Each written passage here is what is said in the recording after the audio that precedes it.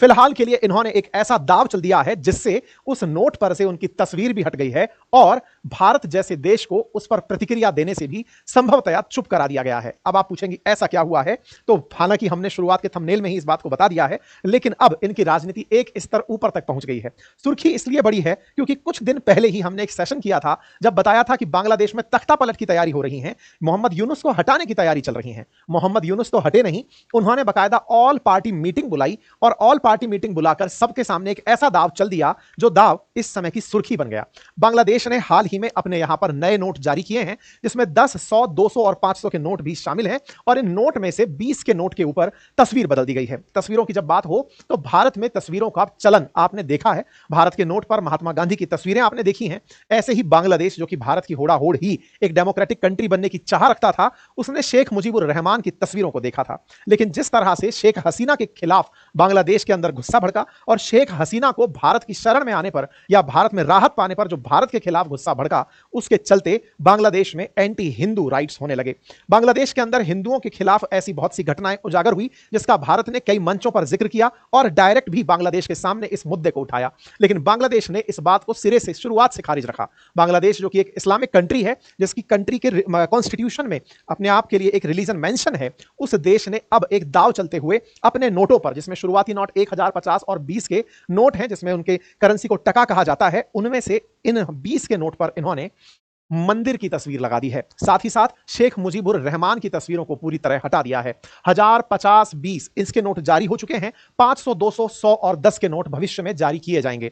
इसमें ध्यान रखा जा रहा है कि अब इन नोटों पर किसी की तस्वीर नहीं होगी। यह खबर आप यहां पर इस ट्वीट के माध्यम से जान सकते हैं।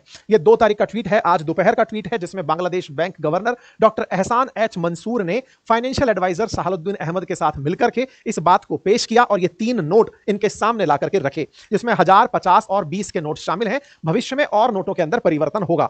बांग्लादेश की करेंसी टका कुछ इस तरह से दिखाई देती है, जिसमें से पुरानी करेंसी में अगर आप देखते हैं तो इस तरह से शेख मुजीबुर रहमान की तस्वीरें लगी हैं। इस तरह से यहां पर अब तस्वीरों में से शेख मुजीबुर रहमान की तस्वीरें हटाकर बौद्ध टेंपल्स, हिंदू टेंपल्स और बांग्लादेश के सांस्कृतिक महत्व के स्थलों को दिखाया जाएगा। पहले तस्वीरें बांग्लादेश के नोट में कुछ इस तरह से विजिबल होती थी, इस तरह से शेख मुजीबुर रहमान को दिखाया जाता था, लेकिन अब शेख मुजीबुर रहमान नहीं दिखाए जाएंगे। उनके स्थान पर बांग्लादेश के अंदर जो प्रसिद्ध स्मारक हैं या सांस्कृतिक केंद्र हैं उन्हें दिखाने के लिए तस्वीरों को इस तरह से उकेरा गया है। जैसी एक तस्वीर आपके सामने यहां स्पेसिमेन नोट में है, यहां पर जो ये 20 का नोट आपके सामने है, क्योंकि आज 1000, 50 और 20 का नोट ही सुर्खी में है, ऐसे में ये जो 20 का नोट है इसके ऊपर एक मंदिर की तस्वीर साफ साफ दिखाई दे रही है। कुल मिलाकर शेख मुजीबुर रहमान भी हटा दिए और भारत के गुस्से से भी बच गए। भारत के अंदर अगर कोई प्रतिक्रिया आती, भारत बांग्लादेश के अंदर शेख हसीना के समर्थकों को अगर थोड़ा भी इग्नाइट करने का प्रयास करता, तो हिंदू सेंटीमेंट्स को इन्होंने कंट्रोल कर लिया है। खान ने अपनी तरफ से नए नोट जो सेंट्रल बैंक के हेडक्वार्टर से अभी उपलब्ध होंगे उनके बारे में जानकारी दी और साथ में कहा कि जो पुराने नोट हैं वो चलते रहेंगे, पुराने नोट चलते रहेंगे और नए नोट पर धार्मिक ऐतिहासिक चित्र, जैनुल आबेदीन की कला, राष्ट्रीय स्मारक और पर्यावरण और संस्कृति से संबंधित तथ्य उजागर तस्वीरों के माध्यम से होते रहेंगे, ऐसा यहां के गवर्नर के द्वारा बताया गया। इंटरेस्टिंग बात जो हो रही है वो ये है कि भारत का यहां पर जिक्र हो रहा है, जिक्र इस बात का कि दिल्ली अब इस घटना के बाद कंफ्यूज हो जाएगा कि अब बांग्लादेश पर आफ्टर ऑल प्रतिक्रिया क्या देनी है। भारत में अब इस तरह का जिक्र छिड़ने लगा है कि ये लोग कर तो दिए, मंदिर लगा तो दिए, ये चेंज का बांग्लादेश में वेलकम होगा या नहीं, और नंबर दूसरा अगर ये कर भी दिए तो ये कितने दिन तक इसको चलाएंगे। हो सकता है कि कुछ दिन तक भारत की तरफ से या फिर शेख हसीना के चाहने वालों को अगर भारत कुछ कह करके उकसाता भी तो शायद अब भारत वो करेगा नहीं। 20 के नोट पर आई हुई ये तस्वीर बाद में हो सकता है रोक दी जाए। इसके पीछे का तथ्य यह है क्योंकि इस्लाम में मंदिर पूजा हराम है। ऐसे में क्या ये कंतजिर टेंपल से बने इस चित्र को या फिर कंतजिर टेंपल का जो ये चित्र इस नोट पर है इसे बांग्लादेश में उपयोग किया जाएगा, यह पूरी तरह बंधित हो जाएगा, यह आने वाला समय ही बताएगा। फिलहाल के लिए ये जो तस्वीरें हैं इनका हल्का सा जिक्र कर लेते हैं। यहां पर ये जो टेंपल बनाया गया है नोट के ऊपर, ये टेंपल असल में बांग्लादेश में स्थित कंतजिर टेंपल है। इसे कांताजू टेंपल के नाम से भी जाना जाता है। ये ब्रिक से बना हुआ टेंपल है। ब्रिक से बने हुए टेंपल के लिए कांताजू टेंपल, जिसे कांतानगर के अंदर देखा गया है, कांतानगर टेंपल के नाम से जाना जाता है। यह बांग्लादेश के दिनाजपुर में स्थित है, हिंदू टेंपल है, भगवान श्री कृष्ण को समर्पित है। रुक्मिणी और श्री कृष्ण भगवान की यहां पर तस्वीरें लगी हैं, मूर्तियां लगी हैं। इस टेंपल को कुछ इस तरह से इतिहास में और विकिपीडिया पर प्रदर्शित किया जाता है। रुक्मिणी और कृष्ण भगवान के स्टैचू इस कांताजू टेंपल के अंदर है। यह ब्रिक से बना हुआ मध्यकालीन भारत का मंदिर है। असल मायने में जिस जगह बांग्लादेश में यह मंदिर है उस जगह पर नदियों का पानी बहुत है, मिट्टी की चिकनाई है और मिट्टी की चिकनाई से ईंट का निर्माण बड़ा आसान होता है। इस वजह से ब्रिक टेंपल से मतलब ब्रिक से बना हुआ यह टेंपल काफी काफी ज्यादा हिस्टोरिकल सिग्निफिकेंस रखता है कि ब्रिक से उस समय पर इतना बड़ा मंदिर बनाया गया था। ठीक है, तो इस तरह से यहां पर यह मंदिर है और इस मंदिर की तस्वीर इन्होंने यहां पर फिलहाल इस तरह से उकेर दी है। इस मंदिर के अंदर इस तरह से काफी सारी इमेजेस हैं, काफी सारे स्कल्पचर बने हुए हैं, काफी सारी मूर्तियां बनी हुई हैं जिनको इस मंदिर के अंदर दिखाया गया है।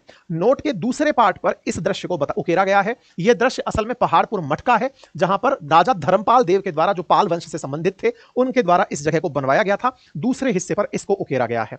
तो यह काम जो मोहम्मद यूनुस ने किया है, फिलहाल इससे क्या समझा जाए? फिलहाल इससे केवल इतना ही समझा जाए कि यह अपने आप में राजनीतिक उठापटक के बाद हुआ कारनामा है।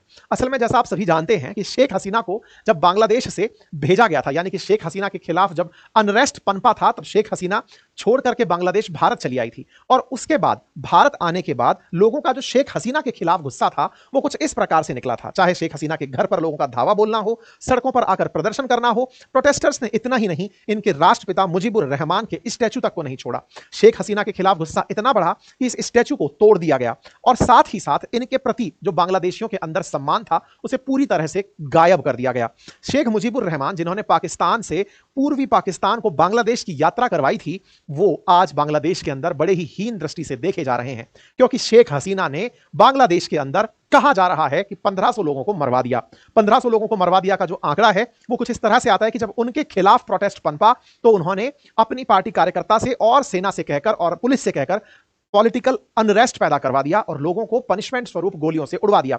इसके चलते हुए शेख हसीना और उनके पिता के खिलाफ लोगों का गुस्सा इस समय चरम पर है। शेख हसीना का कुछ नहीं बिगाड़ पाए तो उनके पिता के स्टैचू को उखाड़ना शुरू कर दिया गया। धीरे धीरे उनसे जुड़ी हुई जो भी लीगेसी थी उसे मिटा दिया गया। आसान भाषा में कहूं तो बांग्लादेशियों ने अपने पिता को इतिहास से उखाड़ कर मार फेंका। राष्ट्रपिता जिसने राष्ट्र के निर्माण में महती भूमिका निभाई थी, उसके इतिहास को इन्होंने मिटाने का प्रयास कर दिया। जहां तहां देखा उसे पूरी तरह से बर्बाद कर दिया। हद तो यह हो गई कि शेख मुजीबुर रहमान की उन्हीं के घर में हत्या हुई थी, जिसके चलते 15 अगस्त को बांग्लादेश के अंदर इनकी मृत्यु पर अवकाश रखा जाता है। इनकी ही उस दिनांक को याद में रखते हुए अवकाश रखा जाता है। बांग्लादेश में उसे भी रद्द कर दिया गया। 15 अगस्त के दिन सन 1975 में जब इनकी हत्या हुई थी, उस हत्या के बाद से यह दिन अब तक यहां पर याद में मनाया जाता था। उनको उस दिन मरणोपरांत जो याद करने की श्रद्धांजलि है वो दी जाती थी, लेकिन इन्होंने इतिहास से उसे गायब कर दिया। बांग्लादेश के अंदर मुजीबुर के द्वारा दिया गया एक नेशनल स्लोगन चलता था, दैट इज जय बंगाल, उसको भी इन्होंने हटा दिया। इतना ही नहीं, बांग्लादेश की किताबों में जहां जहां शेख मुजीबुर रहमान की लीगेसी की चर्चा थी, उस किताब के अंदर से उसे मिटा दिया गया।